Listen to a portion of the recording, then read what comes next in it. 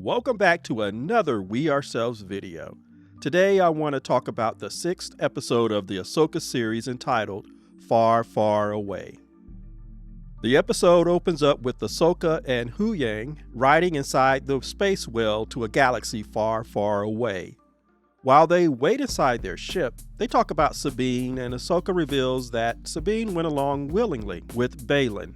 Ahsoka is sad that she didn't train Sabine to make the right decision, but Huyang emphasizes that that might have been the only decision that Sabine could make. The thing I found interesting in this episode was Ahsoka's continued desire to train Sabine almost in the Jedi way, even though technically Ahsoka herself isn't a Jedi. I know in the previous episode, some feel she finally became a full Jedi when she did her shadow work, as I talked about in the last video. But I still don't like this emphasis on Sabine because it really doesn't feel like the Sabine from the animated series. Instead, she's like some untrained Padawan who needs Ahsoka's help. The scene ends with Huyang telling her a story, and he begins with "a long time ago in a galaxy far, far away." It implies that the Star Wars saga didn't begin in their current galaxy, but in a galaxy far, far away. Later in the show, Baylan makes a comment that he feels that the start of everything, that never-ending struggle between the Sith and Jedi, began in this strange new galaxy. These two instances are leading some fans to speculate that Disney Star Wars is finally making the big break from George Lucas's legacy. We begin the next scene with Sabine inside her cell on board the ship that is traveling to another galaxy. When Baylan stops by her quarters, they get into a discussion and an argument, and Sabine begins yelling that he made a promise to her. She's implying that he's breaking the promise, but I didn't see it that way. He literally stopped his acolyte, Shin, from choking her to death, and he put her on the ship. She's going to the new galaxy where she'll have a chance to find Ezra. This is the first scene with Sabine in this episode that I found irritating. Baylan arrives on the bridge and Morgan asks him if he's going to keep his promise to Sabine. Baylan replies that Sabine's obsession with finding Ezra will be useful to them. We see him mention the same thing to Admiral Thrawn later. The ship exits hyperspace and they arrive at their destination. At this point, there are 2 bits of pure exposition dialogue that felt out of place to me. I didn't know why the characters were saying it because they know this information, except maybe to inform the audience. For example, Morgan reveals that this is the ancestral homeworld of her people, and they were the first ones to tame and ride the space whales, or travelers as they call them, and they were able to take these creatures to other galaxies. If that's the case, why didn't Morgan ever give any indication when they were on the previous planet that she had any kind of connection to the space whales? Also, Baylan talks about the Jedi having information in the archives and their history about this planet, and they know that the space whales come here to die. Both of these characters are giving us information about the space whales, but they didn't indicate any of this knowledge when they were on the previous planet. Neither did they give any indication that they were even aware the space whales were in the upper atmosphere of the previous planet. It's like this exposition came out of nowhere just because the audience needed it. Shin doesn't give a flip about any of this, so they're not saying it for her benefit. In the next scene, Morgan and company fly down to the planet and we see the remains of a great civilization as they soar over the landscape. They land on a platform and we meet 3 Night Sisters. And this is the second time in the episode that Sabine's character began to irritate me. When the Night Sisters detect that she has some kind of connection to the Jedi, they force her down into a prison cell to wait for Admiral Thrawn's arrival. But as Sabine goes, she starts yelling at Baylan that he violated their agreement again. All of them just arrived in this galaxy 5 minutes ago. None of them knows Ezra's location, so Baylan hasn't broken his promise. The only person who can answer Sabine's questions is Grand Admiral Thrawn, and he's on the way. Again, this Sabine character, as written, irritated me in this episode, and her dialogue started to feel repetitive. Luckily, we get more Baylan's history, and I'm really starting to like this character.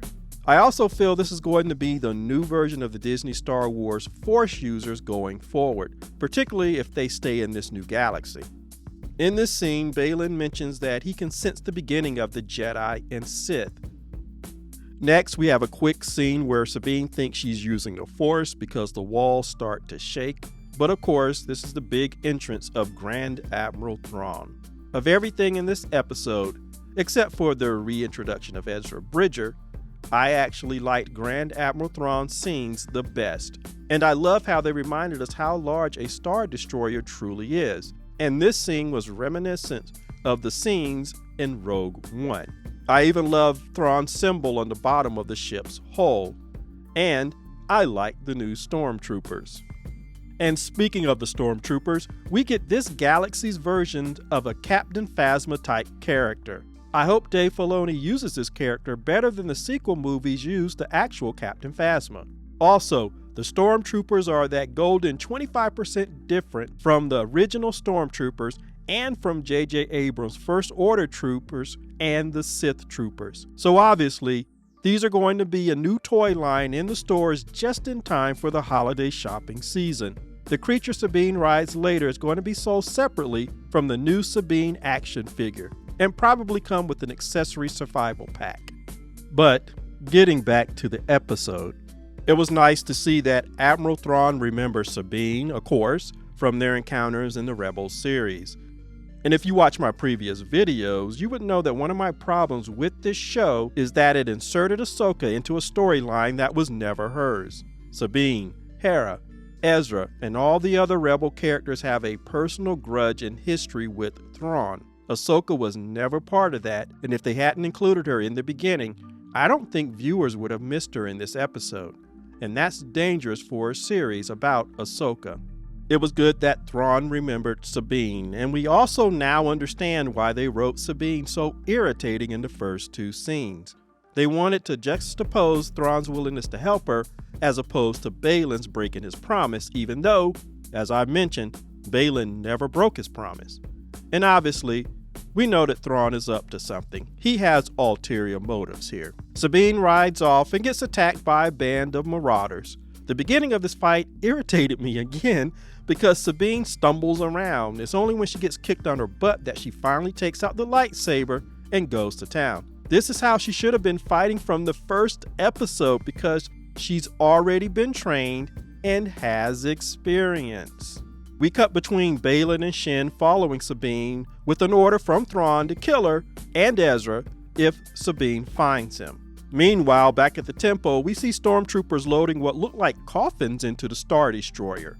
I know everybody's assuming that those are preserved bodies of Night Sisters and that the Night Sisters plan to recreate their civilization in the main Star Wars galaxy. Sabine runs into cute local aliens and very quickly, maybe too quickly, they lead her straight to Ezra. Actually, I thought he was going to show up during Sabine's fight with the Marauders. That would have been more interesting and entertaining instead of him just appearing behind Sabine, leaning against one of those little mobile homes. But I'm glad I was wrong in my earlier doubts about the series actually giving us a live-action Ezra. I have to say I like the actor. He sounds like a slightly older Ezra, and he has the same mannerisms as Ezra. I think he's one of the better live-action translations of the original Rebels characters. And for the final scene, we are back at the temple. The Night Sisters' versions of the Force tells them that a Jedi is coming. Thrawn confronts Morgan and assumes that the Jedi coming is none other than Ahsoka. Apparently, Morgan and Baylan thought Ahsoka was dead. That means I was wrong in my previous video about Ahsoka. I speculated Baylan would reveal he never meant to kill her when they finally had a rematch. But it seems that Baylan thought he actually did kill Ahsoka. Thrawn assumes Ahsoka is using a space whale or traveler to get to the new galaxy. Even though I don't think the Night Sisters told him that, he orders Morgan to kill Ahsoka and the space whale if and when they approach the planet. But I have some questions after watching this episode. We're on the Night Sisters' ancestral homeworld, and Morgan tells the audience that the Night Sisters were the first ones to tame and ride the travelers, as they call the space whales. Thrawn's aware of who these people are, and he knows how his ship was brought here. So my question is, did he ever ask the Night Sisters for help? Did he ever ask them to use their dark magic to call the travelers and take his ship back to his home galaxy? I get it. using the hyperspace ring and connecting it to Thrawn's Star Destroyer is gonna look badass. I know. But you still have to ask some very logical questions that aren't being answered or addressed in the series. Another question I have. If Ezra was so close to Thrawn's location, why hasn't Thrawn been able to find him? Sabine rides for what looks like less than an hour and already she's come across Ezra. Did Ezra try to contact a traveler or space whale and go back home? He's on the Night Sisters' ancestral home planet, and they know how to use the space creatures probably better than he does. So what steps has he taken to get off the planet? They make it sound like he hasn't done anything. Maybe we'll get more information in the next episode, but Ezra doesn't say, "Hey, I have a wild story to tell you." He's just ready to go back home. Also, why does Ezra seem so nonchalant when he asks Sabine how she got there? Does he realize he's in another galaxy? If so, there's only so many ways to travel between galaxies, so why isn't he more curious? And finally, this episode makes it clear that the Night Sisters want to get off this planet. So why haven't they summoned one of the travelers and used it to journey to another galaxy just as their ancestors did? Those are my thoughts on this episode. There were parts that I really loved, and there were others that irritated me and left many questions. Either way, I look forward to the next episode.